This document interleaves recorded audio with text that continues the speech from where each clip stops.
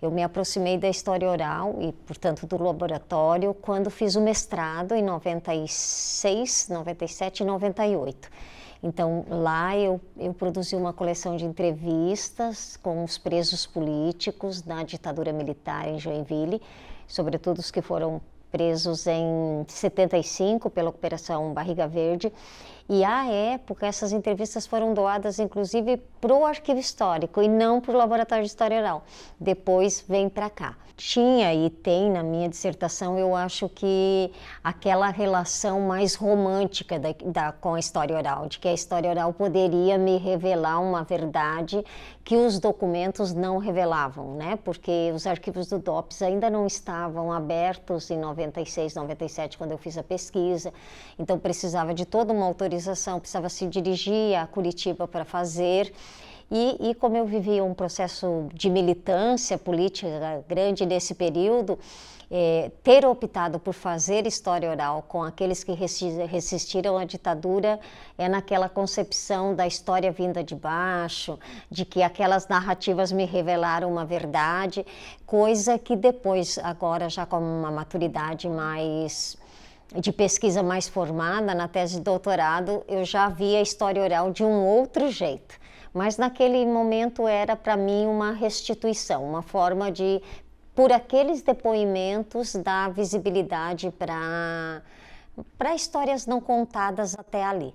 Aí agora, quando fiz o doutorado, já em 2000, eu defendi em 19, então 17 e 18, eu já vi a história oral de um outro jeito, né? Ela é implicada em construção narrativas, né? Então com um peso de verdade construída por cada um que conta, então com uma criticidade um pouco maior. O Liu, ele vai tomando um protagonismo maior na medida em que ele apresenta a pesquisa não como um fato isolado, mas uma relação da pesquisa ligada umbilicalmente com o ensino e com a extensão.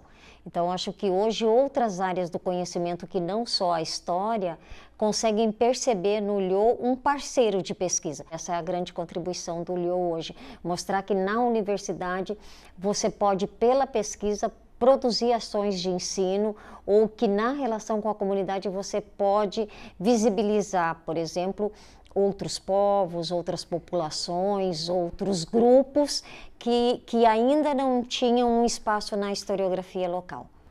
Eu acho que, primeiro, né, um compromisso social nosso como universidade comunitária, eu acho que nisso o Liu pode contribuir muito ainda. Ainda tem muito para o Liu fazer, de poder trazer um pouco uma cidade de outras cores, de outros lugares, de outras perspectivas, inclusive de outros reconhecimentos, né? Como os quilombolas, como indígenas, como pessoas em situação de rua, ou mesmo pessoas trans. Eu acho que a gente ainda tem que contar pelas narrativas dos próprios essa história.